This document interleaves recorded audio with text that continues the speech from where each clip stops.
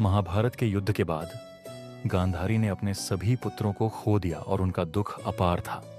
उन्हें यह विश्वास था कि भगवान कृष्ण अपनी दिव्य शक्तियों से इस युद्ध को रोक सकते थे, लेकिन उन्होंने ऐसा नहीं किया।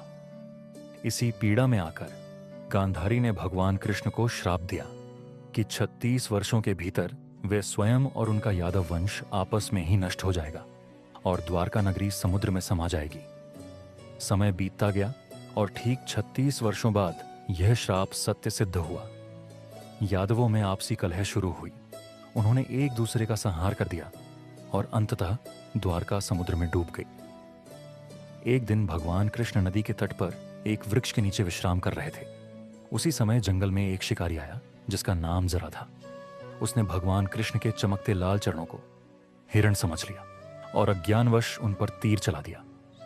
जब उसे एहसास हुआ कि उससे भगवान कृष्ण घायल हो गए हैं, तो वह अत्यंत दुखी हो गया और पश्चाताप करने लगा।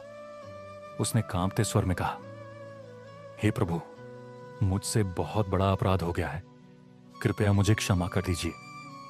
भगवान कृष्ण ने उसे शांत करते हुए कहा, जरा तुम निर्दोष हो। त्रेता युग में तुम राजा वाली थे और मैंने तुम्हें वृक्ष के पीछे से मारा था, जो युद्ध के नियमों के विरुद्ध था। उसी कर्म का यह फल आज पूरा हुआ है, इसलिए अपने मन को दोष मुक्त करो।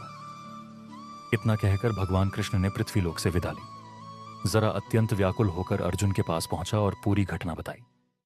यह सुनकर अर्जुन गहरे शोक में डूब गए और भगवान कृष्ण का अंतिम संस्कार किया। उनका पूरा शरीर अग्नि में विलीन हो गया, लेकिन उनका हृदय दिव्य और अक्षुण्ण रहा। अर्जुन ने उस हृदय को एक लकड़ी के खंभे पर रखकर नदी में प्रवाहित कर दिया। वह दिव्य हृदय नदी के प्रवाह के साथ बहता हुआ बहुत दूर तक गया। बहुत समय बाद वह ओडिशा की एक महान नदी के किनारे पहुंचा, जहां सब्र नामक जनजाति निवास करती थी। उस जनजाति के मुखिया विश्ववसु को वह दिव्य हृदय मिला, जिससे अलौकिक प्रकाश निकल रहा था। उसकी दिव्यता को समझते हुए विश्ववसु ने उसे एक गुप्त गुफा में सुरक्षित रख दिया और उसे नील माधव के रूप में पूजने लगा। यह रहस्य जनजाति के बाहर किसी को ज्ञात नहीं था। उसी काल में अवंतिका के राजा इंद्रद्युम्न भगवान विष्णु के परम भक्त थे। वे सदैव उस दिव्य स्वरूप के दर्शन की इच्छा रखते थे।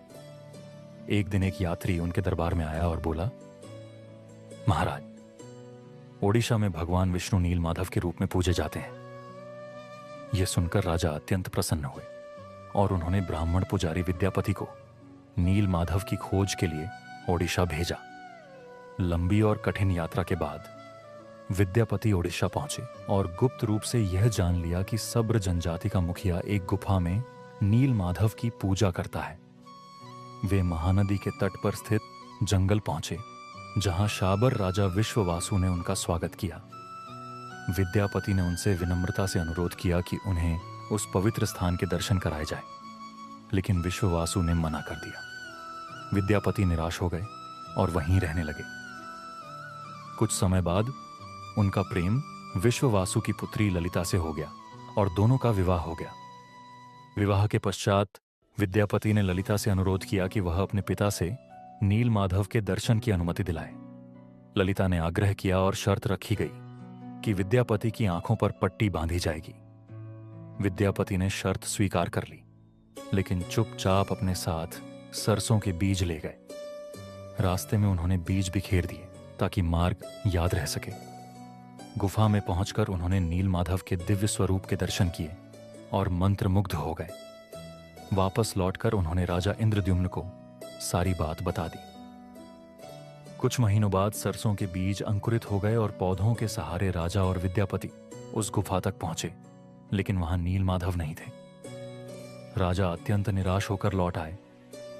उसी रात भगवान विष्णु ने स्वप्न में दर्शन देकर कहा कि वे अब नील माधव के रूप में प्रकट नहीं होंगे, बल्कि समुद्र तट पर एक दिव्य लकड़ी के रूप में प्रकट होंगे, जिस पर शंख, चक्र, गदा और कमल के चिन्ह होंगे। राजा पुरी के समुद्र तट पर पहुंचे और वह लकड़ी प्राप्त हुई, लेकिन उसे कोई उठा नहीं सका। अंततः एक जनजातीय नेता की सहायता से उसे महल लाया गया। कोई भी कारीगर उस लकड़ी से मूर्ति नहीं बना पाया।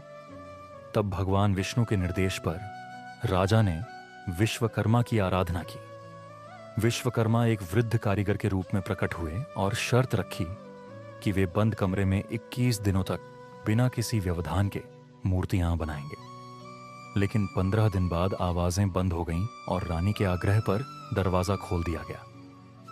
भीतर 3 अधूरी मूर्तियां थीं और विश्वकर्मा अंतर्ध्यान हो चुके थे। राजा को गहरा पश्चाताप हुआ, लेकिन तभी उन्हें मूर्ति से दिव्य स्पंदन का अनुभव हुआ और समझ आया कि भगवान कृष्ण का हृदय उसी में विराजमान है। यही कारण है कि भगवान जगन्नाथ की मूर्तियां अधूरी हैं। राजा इंद्रद्युम्न ने पुरी में भगवान जगन्नाथ, बलराम और सुभद्रा की स्थापना की। आज यही जगन्नाथ धाम विश्व का एकमात्र ऐसा स्थान माना जाता है जहां भगवान को जीवित देवता के रूप में पूजा जाता है।